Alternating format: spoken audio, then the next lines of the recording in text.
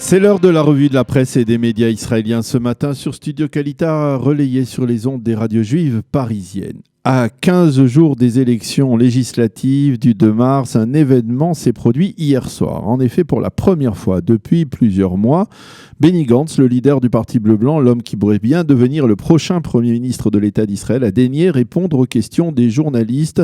En effet, hier soir, les différents médias ont diffusé 4 interviews que Benny Gantz leur a accordées.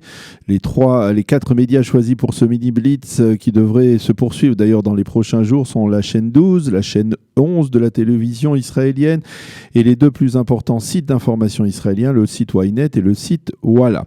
Dans ces entretiens, le leader de Bleu-Blanc dit et répète sensiblement les mêmes messages. Il n'a pas l'intention de compter sur la liste arabe unifiée pour former un gouvernement.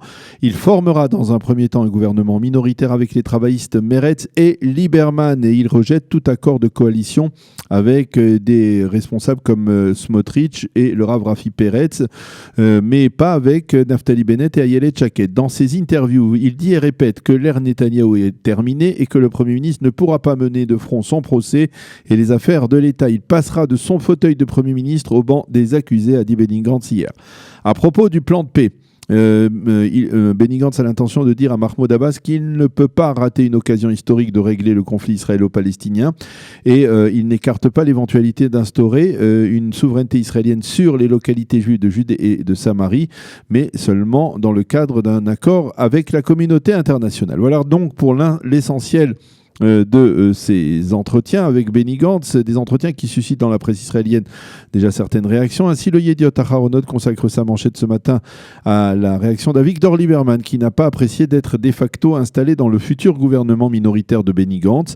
Gantz ment effrontément lorsqu'il parle ainsi, dit Lieberman. Son objectif est de ponctionner nos voix, alors qu'au bout du compte, il ira avec les orthodoxes. Je sais qu'il a fait des propositions au parti orthodoxe qui sont aussi alléchantes que celles que le Likoud a fait. Il faut rappeler que la semaine dernière, Lieberman avait lui-même affirmé qu'il envisageait favorablement de siéger aux côtés des travaillistes et du parti Meretz.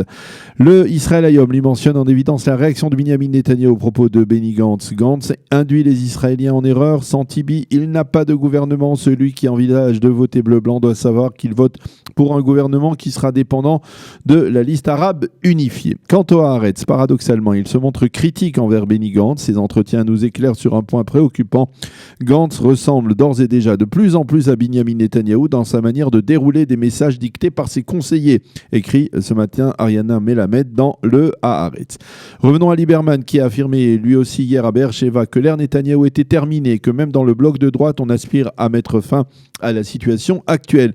J'espère que Netanyahou se retirera et nous l'aiderons tous à se retirer avec les honneurs, affirme Lieberman dans le Israël Hayom de ce matin. Notez que, enfin, comme on le peut le constater dans les réseaux sociaux, eh bien, le Premier ministre a l'intention de participer aujourd'hui à Binyan Yaouma, Palais de la Nation à Jérusalem, un meeting électoral spécialement organisé pour la communauté francophone d'Israël, une communauté qui, d'après les enquêtes réalisées ces dernières années, lui accorderait un soutien massif.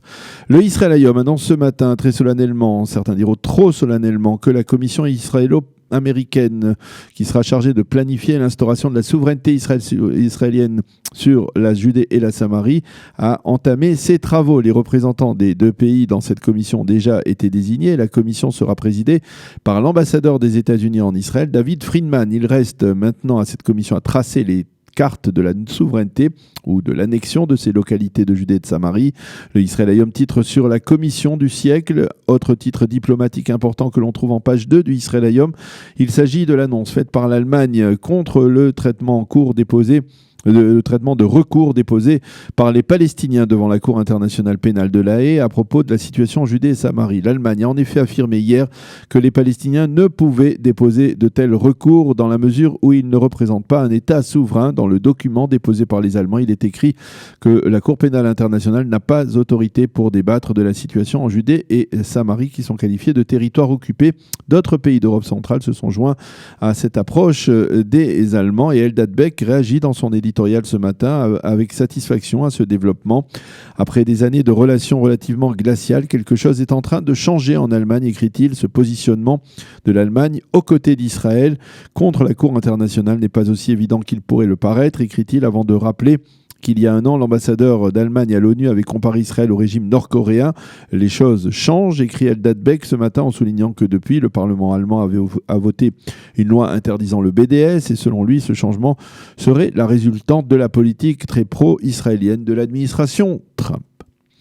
Le Yediot Aharonot nous livre ce matin en page 8 une déclaration qu'il a recueillie auprès de Mark Zuckerberg, le patron de Facebook, une déclaration très critique envers la société de cyber israélien NSO. Il s'agit d'une société qui est accusée d'avoir forcé, grâce à une technologie de pointe, les téléphones portables de millions de personnes, alors que cette compagnie affirme qu'elle ne fournit que des services à des États souverains. Si NSO estime que ce qu'ils ont fait est légal, eh bien qu'ils le prouvent devant le tribunal, a déclaré Zuckerberg, qui répondait ainsi à une question de Ronen Bergman, le spécialiste des dossiers secrets du Mossad et du Shin Bet israélien dans le Yediot Aharonot. Zuckerberg qui a par ailleurs révélé que chaque jour Facebook effaçait 1 million de pages falsifiées sur Facebook, une déclaration de Mark Zuckerberg. Le Israël Hayom et le Yediot Aharonot se font ce matin l'écho de la démission de Benjamin Griveaux de la course à la mairie de Paris après la diffusion d'une vidéo à caractère pornographique. Coup dur pour Macron, titre le Israël Hayom, qui explique à ses lecteurs l'importance de la course à la mairie de Paris sur le plan politique. La vidéo qui a fait tomber le candidat de Macron, titre pour sa part le Yediot Aharonot. L'ensemble des quotidiens israéliens et des sites d'information nous annoncent une bonne nouvelle et c'est par elle que nous terminerons cette revue de la presse israélienne de ce matin. Gilad Shalit se fiance, l'ancien soldat qui est resté prisonnier, vous le savez, du Hamas pendant 5 ans, a en effet profité vendredi de la Saint-Valentin pour demander la main de celle qui est sa compagne depuis maintenant plus d'1 an et demi, Nitzan Shabbat. Les quotidiens soulignent que Shalit et Shabbat prennent soin de s'éloigner des feux des projecteurs de l'actualité. Voilà pour cette revue de la presse et des médias israéliens ce matin sur Studio Kalita. Pour mieux s'immerger dans la réalité politique, sécuritaire, économique et sociale d'Israël, connectez-vous chaque matin sur Studio Kalita. Daniel Haïk vous y attend pour sa revue de la presse.